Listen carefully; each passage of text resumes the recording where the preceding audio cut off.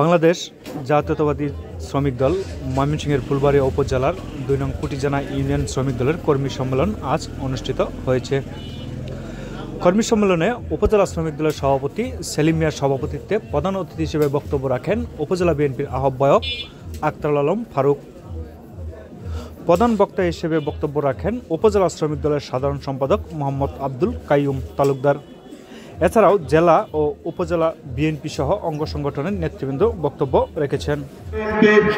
পৌর বিএনপির এবং অঙ্গ সহযোগী সংগঠনের সকল স্তরের নেতৃবৃন্দ, ফুলবাড়িয়া পৌর বিএনপির যুগ্ম আহ্বায়কবৃন্দ এবং অঙ্গ সহযোগী সংগঠনের নেতৃবৃন্দ, কুটিজানা ইউনিয়ন বিএনপির ঘাঁটি। আপনারা আপনাদের ইউনিয়নের কৃতি সন্তান সাবেক এমপি খন্দকার আমিরুল ইসলাম হীরা। প্রধান আকর্ষণ, প্রধান অতিথি ফুলবাড়িয়া বিএনপির অভিভাবক।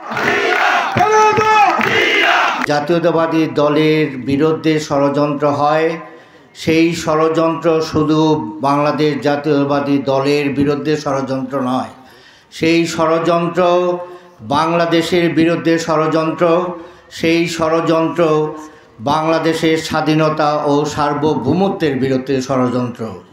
আমাদের সবাইকে সজাগ থাকতে হবে, আমাদের নেতাকর্মীদেরকে সদা সর্বদা জাগ্রত থাকতে হবে, যেন কোনো প্রকার ষড়যন্ত্র করে বাংলাদেশকে কেউ অস্থিতিশীল করতে না পারে। অপরদিকে দীর্ঘ 17 বছর পর গত 5 তারিখ ছাত্র জনতার আন্দোলনের মাধ্যমে আমরা নতুনভাবে বাংলাদেশকে স্বাধীন করতে পেরেছি। আমরা কিন্তু আগে কথা বলতে পারতাম না, আমাদের ভোটের অধিকার, সেই ভোটের অধিকার ছিনিয়ে নিয়েছিল এই অবৈধ শেখ হাসিনা ভোটচুর সরকার। এবং আমাদের যে দাবিগুলো ছিল তার দাবির ভিতর আমাদের সাধারণ মানুষের যে নিত্য প্রয়োজনীয় দ্রব্যমূল্য তাকে সহনীয় পর্যায়ে নিয়ে আসা, সেগুলি আমরা এখন পর্যন্ত আমরা সাকসেস হইতে পারি নাই। এবং আমাদের কিছু নেতাকর্মী 5 তারিখের পর নিজেদেরকে মনে করেন যে আমরা হয়তোবা ক্ষমতায় চলে এসেছি। এখন কিন্তু একটা তত্ত্বাবধায়ক সরকার, যেটাকে বলবো আমরা হয়তোবা খণ্ডকালীন সরকার, সেই অন্তর্বর্তীকালীন সরকারের অধীনে বাংলাদেশ পরিচালিত হচ্ছে। আপনারা যদি অতি উৎসাহিত হয়ে উল্টাপাল্টা কাজ করেন, অবৈধ কাজ করেন, অনৈতিক কাজ করেন, সেটা কিন্তু বাংলার জনগণ সেটা কোনো অবস্থাতেই গ্রহণ করবে না, মেনে নেবে না।